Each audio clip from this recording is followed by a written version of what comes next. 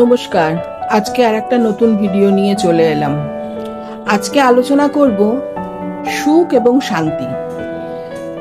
সুখ এবং শান্তি প্রত্যেকের জীবনের সঙ্গেই অঙ্গাঙ্গিকভাবে জড়িত। আর এটা নার্সিং প্রফেশনের সঙ্গে কতটা জড়িত এবং অন্য প্রফেশনের থেকে বা অন্য স্বাভাবিক জীবনযাত্রার থেকে নার্সিং প্রফেশনে আপনি কতটা বেশি সুখ এবং শান্তি পাবেন, সেটা নিয়ে আমি একটু আলোচনা করছি। সুখ যখন মন আনন্দে ভরে যায়, কোনো ভালো কিছু পাই বা কোনো কাজ করতে গিয়ে মনের ভেতর ভালো লাগার এই অনুভূতি হয়, তাকে আমরা বলতে পারি সুখ। যেমন ভালো রেজাল্ট, প্রিয় খাবার খাওয়া, প্রিয় মানুষের সাথে সময় কাটানো। সুখ হলো আনন্দের অনুভূতি, তবে এটা খুব অল্প সময়ের জন্য স্থায়ী হয়। কিছুক্ষণও স্থায়ী থাকতে পারে, কিছুদিনও স্থায়ী থাকতে পারে, তবে সুখ খুব অল্প সময়ের জন্য স্থায়ী হয়। এবার আসি শান্তি কথায়।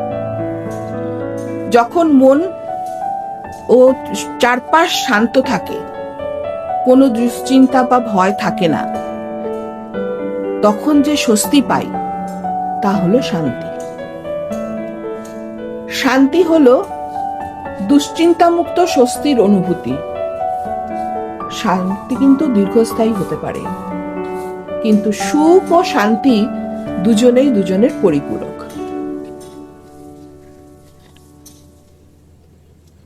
মানুষের কাছে বড় হলো তার জীবন। জীবনকে নিয়ে চলতে গেলে চারটি বিষয়ের উপর মানুষকে নজর রাখতেই হয় বা অঙ্গাঙ্গিকভাবে জড়িত থাকে জীবনের সঙ্গে। এই চারটি হলো সময়, স্বাস্থ্য, ভালোবাসা ও সম্পর্ক এবং শান্তি। এই চারটি জিনিস ঠিক ঠিক চললে একটা জীবন পরিপূর্ণতা লাভ পায়। আসে শান্তি, আসে সুখ। আমরা যদি এমন কোনো জীবনকে সিলেক্ট করি যেটা করবার অধিকার সবার আছে, আপনার নিজের জীবনকে আপনি কিভাবে নির্বাচন করবেন সেটার স্বাধীনতা আপনার 100% আছে। এমন একটা জীবনকে যদি আমরা, এমন একটা প্রফেশনকে যদি আমরা সিলেক্ট করতে পারি যেখানে আপনি সুখ শান্তি সহজেই পেতে পারেন, যেটা প্রথমেই বলেছি আপনাকে পরিতৃপ্তি দেবে, আত্মতৃপ্তি দেবে। আমি একটা উদাহরণ দিয়ে বোঝাই। এবছরে একজন নার্সিং প্রফেশনাল মহিলা, তিনি রাষ্ট্রপতি পুরস্কার পেয়েছেন। কি কারণে পেয়েছেন? দিল্লিগামী একটি বিমানে তিনি যাত্রা করছিলেন। বিমানের মধ্যে একজন যাত্রী অসুস্থ হয়ে পড়েন এবং সাংঘাতিকভাবে অসুস্থ হয়ে পড়েন, কার্ডিয়াক অ্যারেস্ট হয়। তিনি সঙ্গে সঙ্গে গিয়ে তাকে কার্ডিয়াক ম্যাসাজ দিয়ে বাঁচিয়ে তোলেন এবং যার ফলে যাত্রীটি প্রাণ ফিরে পায়। আপনি একবার চিন্তা করুন, এই সময়ে যখন তাকে যার কার্ডিয়াক অ্যারেস্ট হয়েছে সেই যাত্রী এবং বিমানের সমস্ত যাত্রী এবং যারা বিমানের সহকর্মী ছিলেন, তারা সকলে কি চিন্তার মধ্যে দিয়ে গেছিলেন, তাদের কিরম ভাবে শান্তি বিঘ্নিত হয়েছিল। আর এই মহিলা যখন তার প্রাণ ফিরিয়ে দিলেন, সে যখন প্রাণ ফিরে পেল, তার কাছে হলো গিয়ে এটা পরম তৃপ্তি, পরম শান্তি এবং পরম সুখ। আর বাকি সকলকেও তিনি শান্তি মুক্ত করলেন। তো এই যে এতজন যাত্রী ছিলেন, তার মধ্যে ইনি গিয়ে তার যে সহযোগিতা করলেন, তো সুতরাং এই প্রফেশন সম্পর্কে তার নলেজ ছিল, তার জ্ঞান ছিল, তার অভিজ্ঞতা ছিল।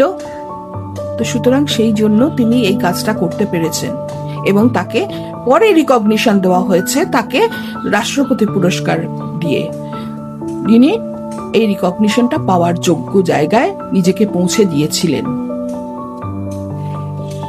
তো এরকম একটি প্রফেশন যদি আপনি সিলেক্ট করেন যেখানে আপনার প্রতি মুহূর্তে মানুষের জীবন দান করার, ছোট ছোট বাচ্চাদের জীবনে মায়ের কাছে ফিরিয়ে দেওয়া, বাচ্চাদের জীবন দিয়ে, পরিষেবা দিয়ে, আপনার নার্সিং কেয়ার দিয়ে, অনেক সময় আমরা হয় এরকমও যে হয়তো শেষ পর্যন্ত কিছু করতে পারলাম না, সেটা তো আমরা চেষ্টা করতে পারি, কিন্তু এই চেষ্টা করার পেছনে যে পরিতৃপ্তি আছে সেই পরিতৃপ্তিটা তো অন্য কোনো প্রফেশনে আপনি পাবেন না। এই জন্য এই প্রফেশনটাকে নোবেল প্রফেশন বলা হয়। সুতরাং আপনি আর একবার চিন্তা করতে পারেন এই প্রফেশনকে সিলেক্ট করবেন কিনা। তবে এই জায়গাটায় পৌঁছতে গেলেও আপনাকে বিভিন্ন পড়াশোনার মধ্যে দিয়ে যেতে হবে, এবং আমি চেষ্টা করছি এই পড়াশোনাটাকেও যতটা সহজে আপনাদের কাছে পৌঁছে দেওয়া যায়, যারা নার্সিং নিয়ে পড়তে ইচ্ছুক তাদের কাছে সহজে পৌঁছে দেওয়া যায়, সেই প্রচেষ্টা আমার আছে। আমার ফোন নাম্বার এবং যোগাযোগের ঠিকানা এখানে দেওয়া আছে। আপনারা যদি মনে করেন আমার সঙ্গে যোগাযোগ করতে পারেন। আমি সমস্ত নার্সিং স্টুডেন্টদের পরামর্শ দিয়ে, অনলাইন কোচিং করে সাহায্যের হাত বাড়িয়ে দিতে চাই। যার পরিষেবা নিতে ইচ্ছুক যারা, তারা আমার সঙ্গে যোগাযোগ করতে পারেন। ধন্যবাদ।